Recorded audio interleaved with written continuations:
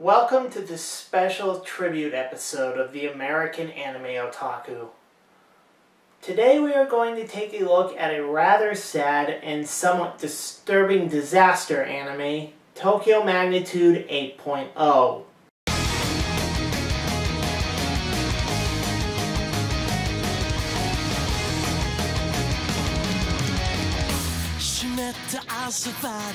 Tokyo Magnitude 8.0 was an original anime developed by Studio Bones and Kinema Citrus in 2009 that aired on Fuji TV's Noidaman A block. The anime is a fictional account about a group of earthquake survivors and is based upon the prediction that there is a 70% or higher chance of an earthquake measuring 7.0 magnitude on the Richter scale hitting Tokyo in the next 30 years. Unknowingly, the anime would actually become prophetic nearly 2 years later. Now, I am not going to lie, this anime was extremely painful to watch, especially after the recent Magnitude 9.0 earthquake that struck Japan on March 11th. As such, expect few if any jokes in this episode, although I will continue to make comments about the show when necessary. And honestly, if you are expecting jokes, there is obviously something very wrong with you.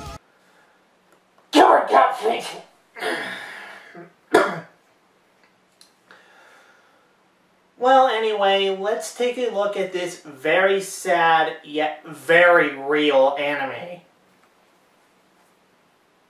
Our story begins with a message basically saying that the following anime is a work of fiction based around a hypothetical situation of a giant earthquake near Tokyo. We then cut to a young girl standing out in the rain, staring out into the great abyss. She monologues to herself about how she hates living in Tokyo and how she hates her family and that it should all be destroyed. Kid, there's a little saying that goes, be careful what you wish for, you just might get it. We watch as emergency services rush to help people who are injured as a news report comes on saying that an 8.0 earthquake has struck off the coast of Tokyo earlier within the afternoon. A flashback occurs as we cut to the girl we saw earlier named Mirai Onozawa as she is given her report card and sits down with her friends to discuss what they are going to do over the summer. We take a look at her report card to discover that the story takes place in the summer of 2012. You're a little off by over a year, guys. Boy, that comment felt awkward. Was that a bit distasteful? Over the summer break, the girls are given an assignment over what they want to accomplish over the next 10 years. Mirai, however, becomes unsure of what she wants to do later in life. Be sure to remember this little tidbit, folks. It will become important later on. She goes to pick up her little brother Yuki from school, and after being forced to plant a tree by her little brother, makes it home from school. She is asked by her mother to babysit her brother and watch the house while she's gone. Apparently her mother's birthday is on the next day. This is another tidbit that you may want to remember. Later that night, she decides to go to bed early after her parents get into an argument and contemplates that she has no idea what she wants to do in the future. The next day, Yuki asks his mother to take him to a robot exhibit in Odaiba. Their mother asks Mirai to take him since she has work, and though hesitant, she stubbornly offers to take Yuki. So they hold other events at the Tokyo Big Side besides anime conventions? When they arrive at the robot convention, Yuki gets sucked in and immediately starts having fun. However, Mirai is less than thrilled and seems to be having an awful time. And nothing says, I don't want to be here, than a look like that. The kids decide to buy their mom a birthday present while they are there and meet a young delivery driver named Mari Kusakabe. Afterwards, Yuki goes to the restroom and Mirai decides to wait outside. Depressed on having a bad day, she makes a fateful and dreadful wish. Remember what I said about being careful what you wish for? Well...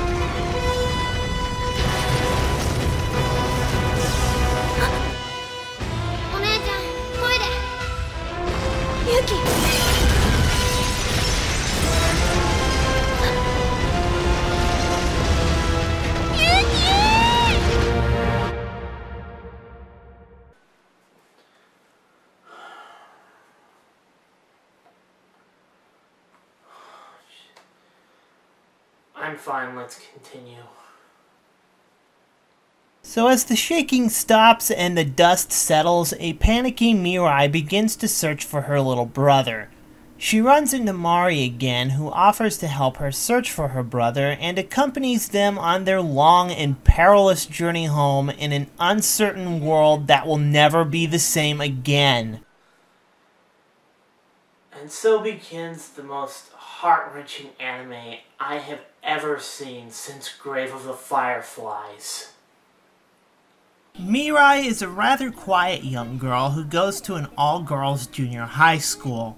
She starts out as a rather snobby and short-tempered girl who remains very distrustful of others and is distant to even those in her own family, especially her brother Yuki. She spends most of her time texting her friends at school, something her brother often teases her about. Her brother Yuki is an elementary school student in the 3rd grade who is the exact opposite of Mirai. He is a bright and cheerful little boy and is always friendly towards other people and tries not to make others worry about him. He is also fascinated by robots and drags his sister to a robot exhibit in Odaiba, which proves to be a double-edged sword for them after the earthquake. For example, being in a well-structured building built to withstand earthquakes rather than a wooden house that would most obviously collapse under such forces. On the flip side, however, they are miles away from their parents, who are obviously worried sick about their children, and likewise for Mirai and Yuki about their parents. Then there is Mari. She is a motorcycle delivery driver who the kids meet at Odaiba, who apparently lives near the Onozawa's home. After the earthquake, she decides to help the two kids on their journey home and find their parents, but at the same time she is worried about her own child and her elderly mother. Since this is an anime surrounding a fictional story about a major earthquake hitting Tokyo, nudity and crude humor are pretty much non-existent, so right away I will give these 0 stars. I'm not exactly sure on profanity since the show has yet to be released in the United States. However, considering the circumstances that befall the characters in this show, I could imagine quite a bit of swearing and even the periodic use of strong language in the future English dub. So for now, I will give this 0 stars. However, be prepared to encounter tons of violence in this show. Characters on screen are regularly maimed, crushed, burned, and or drowned throughout the course of the show, sometimes with some rather disturbing details. But the most disturbing aspect of this show, however, is the fact that this show is shown from the perspective of children who witness death and destruction quite regularly throughout the show. Death makes its presence known almost constantly throughout, from makeshift mortuaries in schools, churches, and parks to overcrowded hospitals and the ongoing chaos and destruction from the constant threat of aftershocks. Thus, I will give this 4 out of 5 stars for violence. Now let's get one thing straight. I love disaster movies. From volcanoes in Los Angeles to Dante's Peak, from Armageddon to Deep Impact, from Backdraft to Hard Rain, and from 2012 to The Day After Tomorrow. What makes these films so enjoyable is that despite the constant threat of death and destruction, they are also very often over the top and cheesy.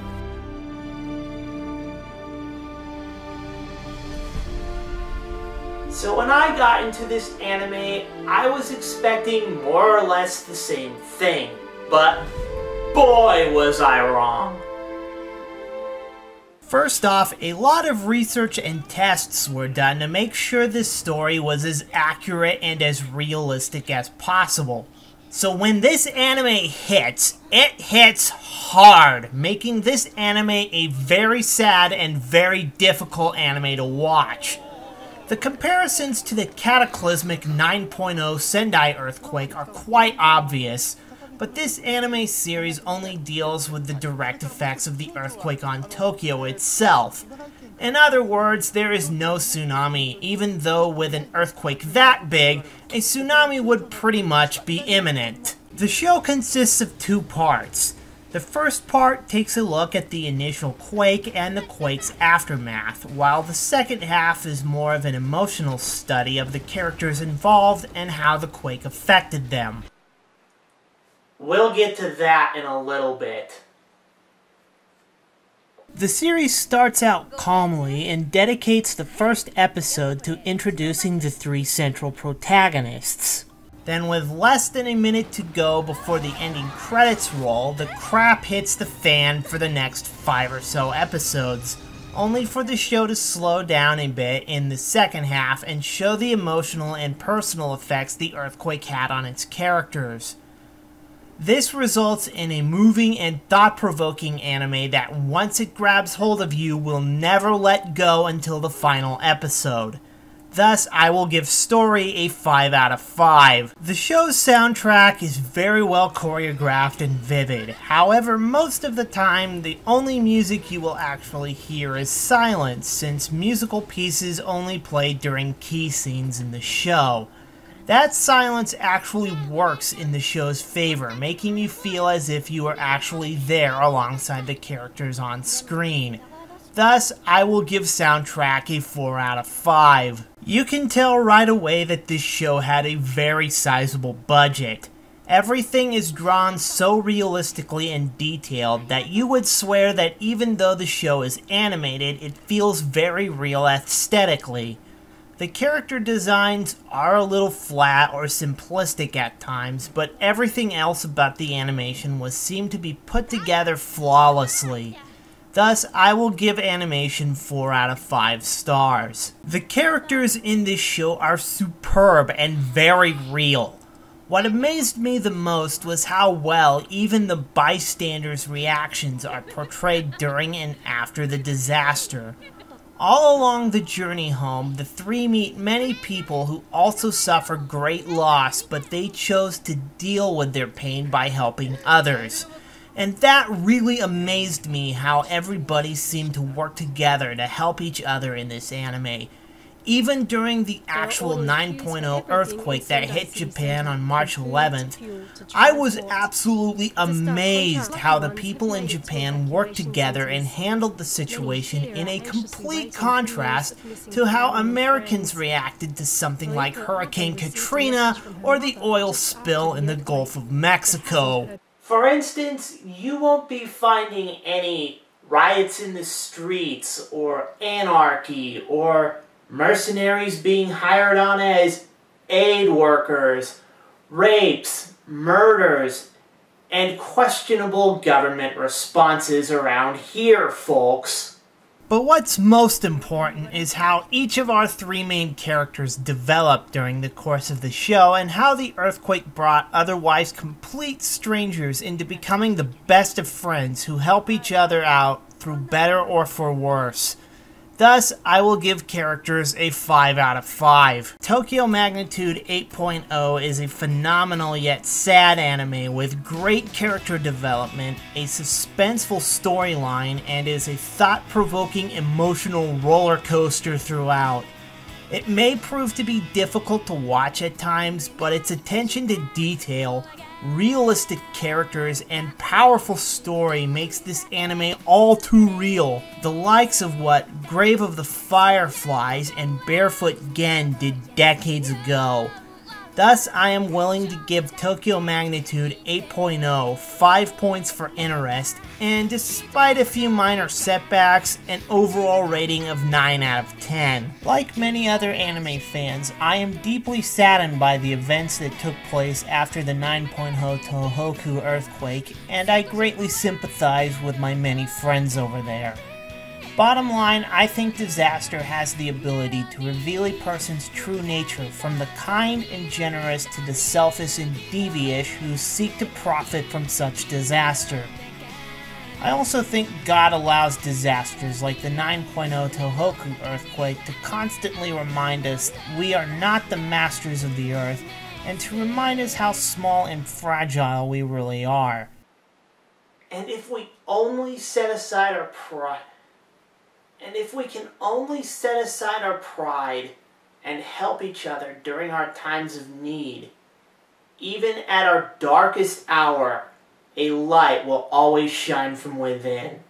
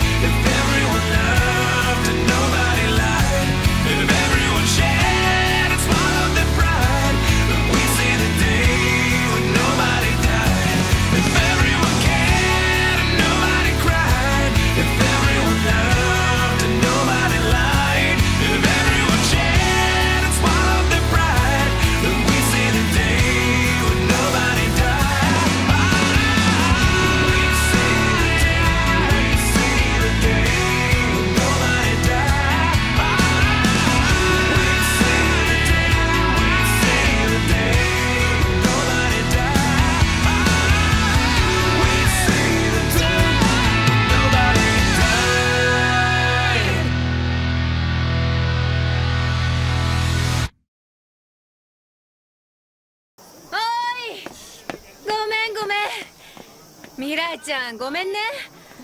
お腹もしかしてケーキで？違います。はい。携帯トイレ。これトイレなの？見して。あ、これ紙でできてる。見て見て。使うとき言ってね。Now that's what I call a porta potty.